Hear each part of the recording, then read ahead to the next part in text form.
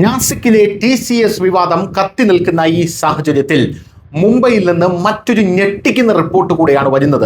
180ഓളം പ്രായപൂർത്തിയാകാത്ത പെൺകുട്ടികളെ പീഡിപ്പിച്ച് അവരുടെ ദൃശ്യങ്ങൾ ഫോണിൽ പകർത്തി അവരെ വേശ്യാവൃത്തിക്ക് നിർബന്ധിച്ച ഒരു 19കാരനെയാണ് ഇപ്പോൾ അവിടെ പോലീസ് അറസ്റ്റ് ചെയ്തിരിക്കുന്നത്. മഹാരാഷ്ട്രയിലെ അമരാവതിയിൽ 180ഓളം പെൺകുട്ടികളെ ലൈംഗികമായി ചൂഷണം ചെയ്ത സംഭവം പുറത്തറിയാൻ കാരണമായത് എങ്ങനെയാണെന്നല്ലേ.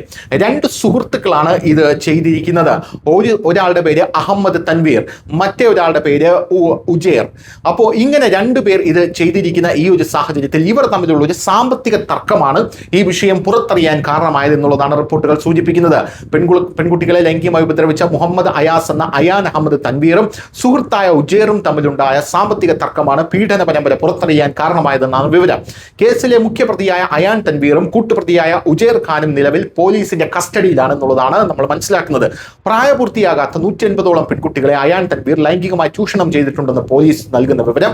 19കാരനായിട്ടുള്ള ഈ മുഹമ്മദ് അയാൻ തൻവീറിന്റെ ഫോണുകളിൽ നിന്ന് 350ഓളം അശ്ലീല വീഡിയോകളാണ് പോലീസ് കണ്ടെത്തിയിട്ടുള്ളത്. പ്രണയം നടിച്ചു വശീകരിച്ചാണ് അയാൻ തൻവീർ പെൺകുട്ടികളെ ചൂഷണം ചെയ്തിരുന്നത്. വാട്സപ്പ്, ഇൻസ്റ്റാഗ്രാം, സ്നാപ്ചാറ്റ് തുടങ്ങിയ സമൂഹ മാധ്യമങ്ങളിലൂടെയാണ് ഇയാൾ പെൺകുട്ടികളുമായി ബന്ധം സ്ഥാപിച്ചിരുന്നത്. പ്രണയം നടിച്ചു വശീകരിച്ച ശേഷം ഇവരെ രഹസ്യ കേന്ദ്രത്തിലേക്ക് കൂട്ടിക്കൊണ്ടുപോയി ലൈംഗികമായി ചൂഷണം ചെയ്യുന്നതായിരുന്നു രീതി.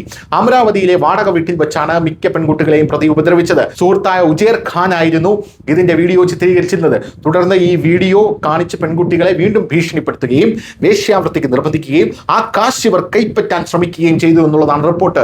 അടുത്തിടെ അയാൻ തൻവീറും ഉജേർ ഖാനും തമ്മിലുണ്ടായ സാമ്പത്തിക തർക്കത്തിന് പിന്നാലെയാണ് അയാൻ തൻവീറിന്റെ അശ്ലീല വീഡിയോകൾ സാമൂഹ്യ മാധ്യമങ്ങളിൽ പ്രചരിച്ചതെന്ന് പോലീസ് പറയുന്നു.